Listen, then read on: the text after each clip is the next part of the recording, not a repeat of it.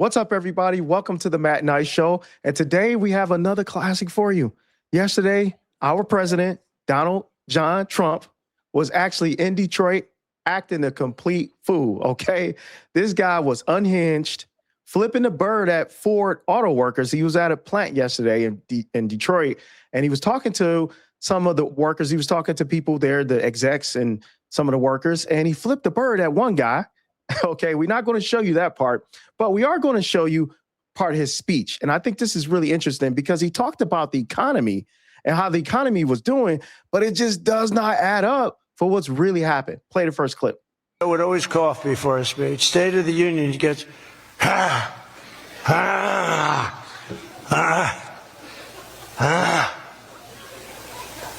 Ladies and gentlemen, I would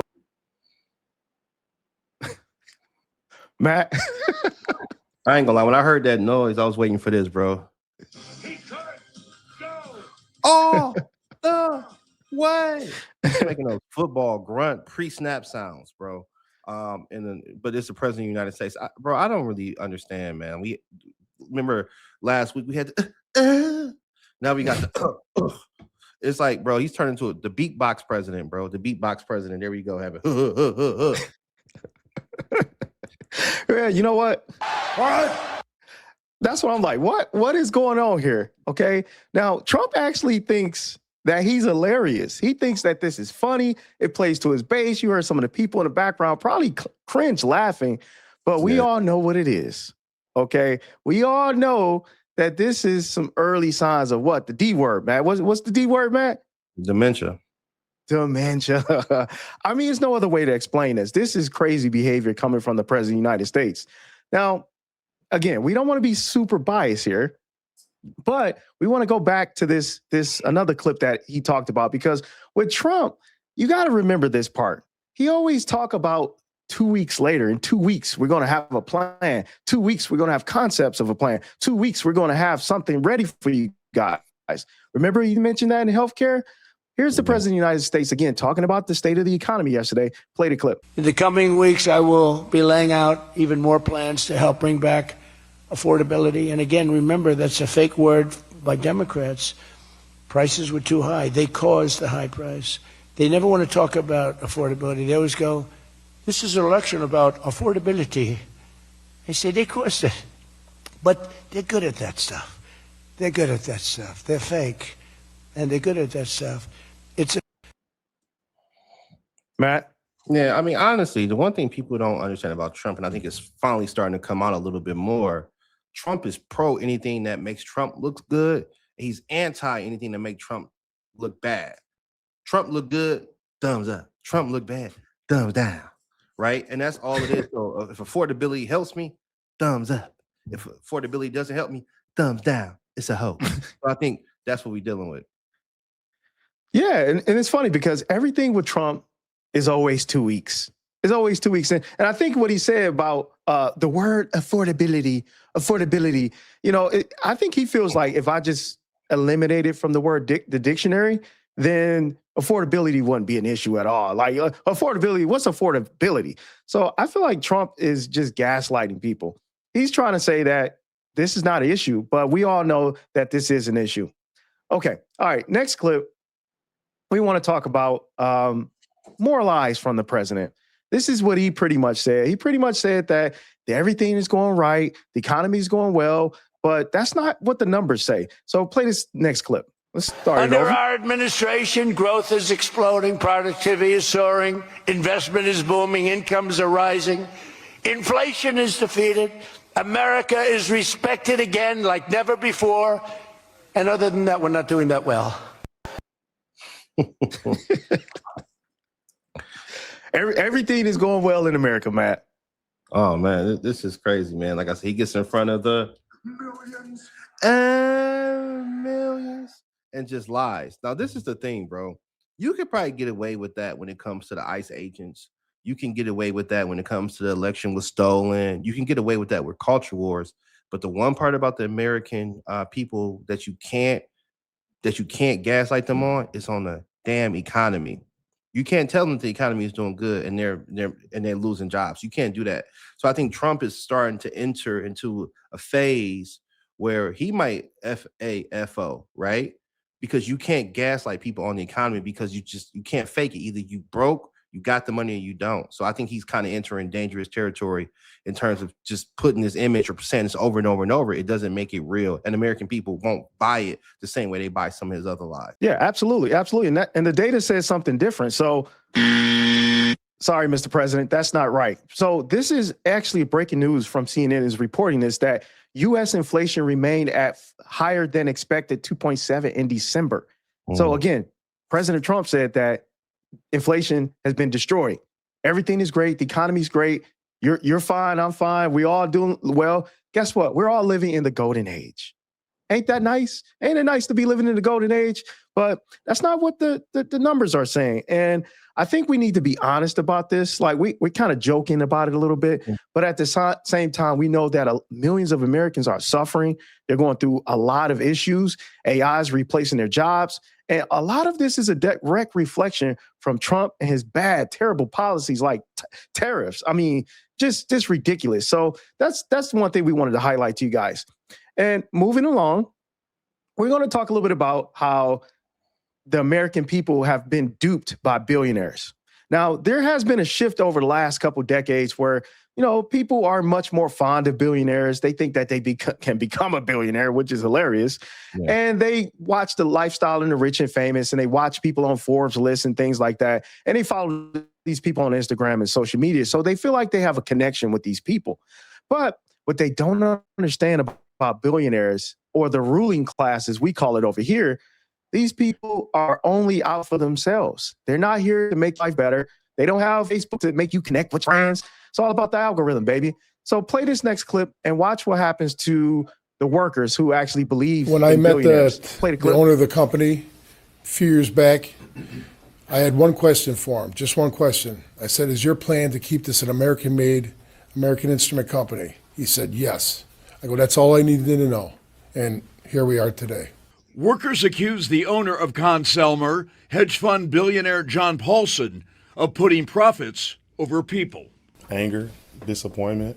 150 workers at Conn-Selmer, the largest band and orchestra instrument maker in the U.S., learned on Wednesday morning that the company's plant in Eastlake is scheduled to close in June 2026. A lot of us are proud of what we do. We're proud of our jobs, and to just not even have a chance when we know it's not our fault as blue-collar workers, it was infuriating, I think.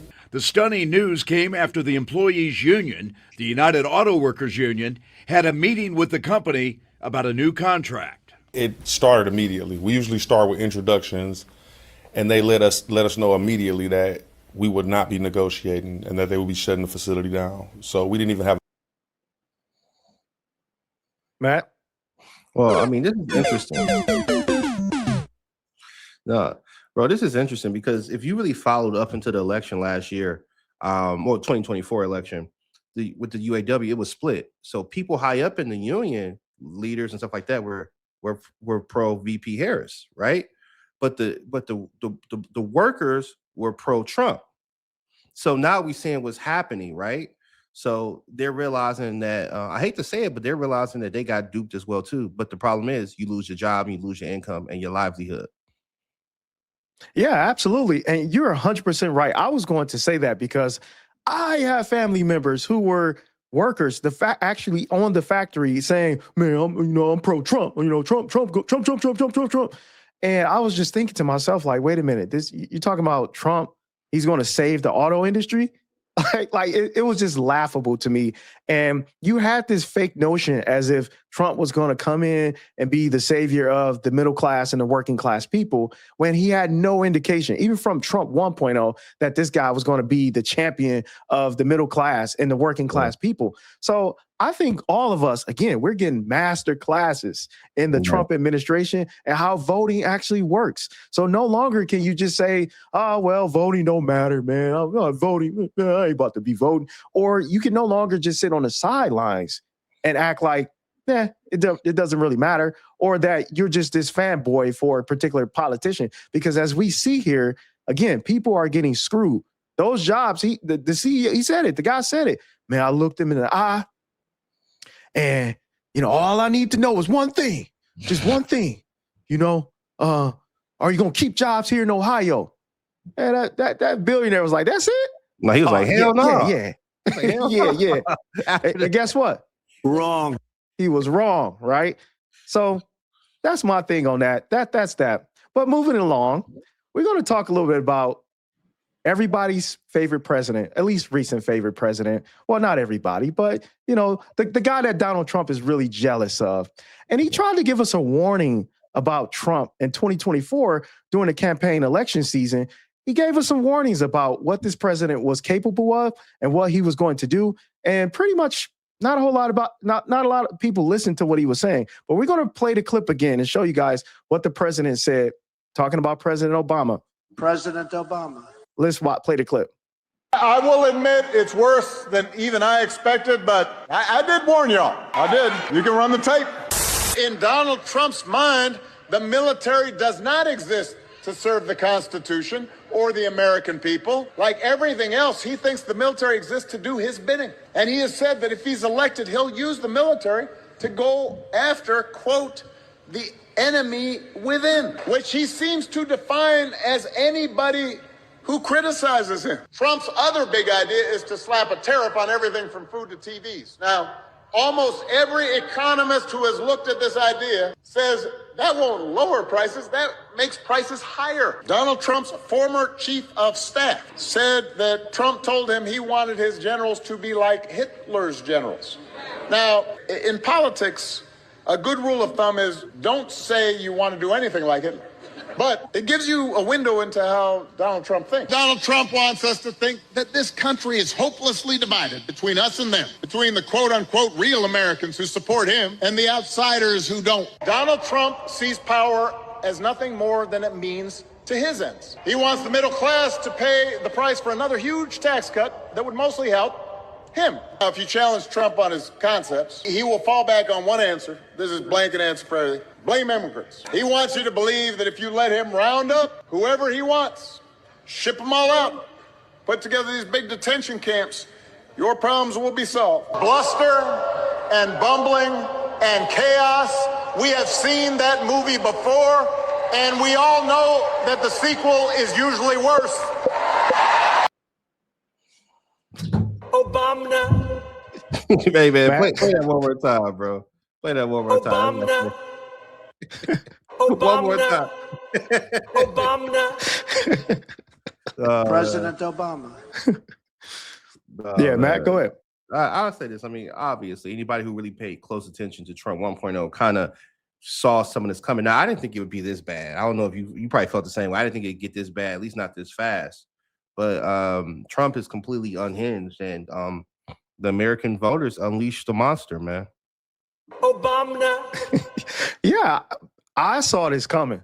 Okay, like I just knew because during the election, Trump, he didn't have a plan. He had nothing for you. He didn't campaign on a plan. He campaigned on revenge, anger. I'm punishing people. Wait till I get in office. I'm rounding up people. I think he actually held true to some of his dark promises. Okay. Now, The economy and what we talked about today is the economy. He ain't focused on that. He got his bag last year. Trump made $3 to $4 billion, B with $1 billion. So he got his bag last year. And this year, all his cronies too. Let's not mistake that. All Trump and his cronies and his family, they got their bag. Now, this year, they keep promising us every 2 weeks that we're going to get our little bitty crumb, but haven't happened. But President Obama was right.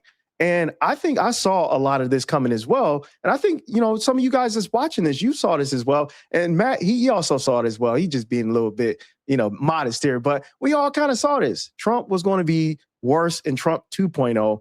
And it's showing right now, and we see what it is. So that's what we have for you guys today on our show.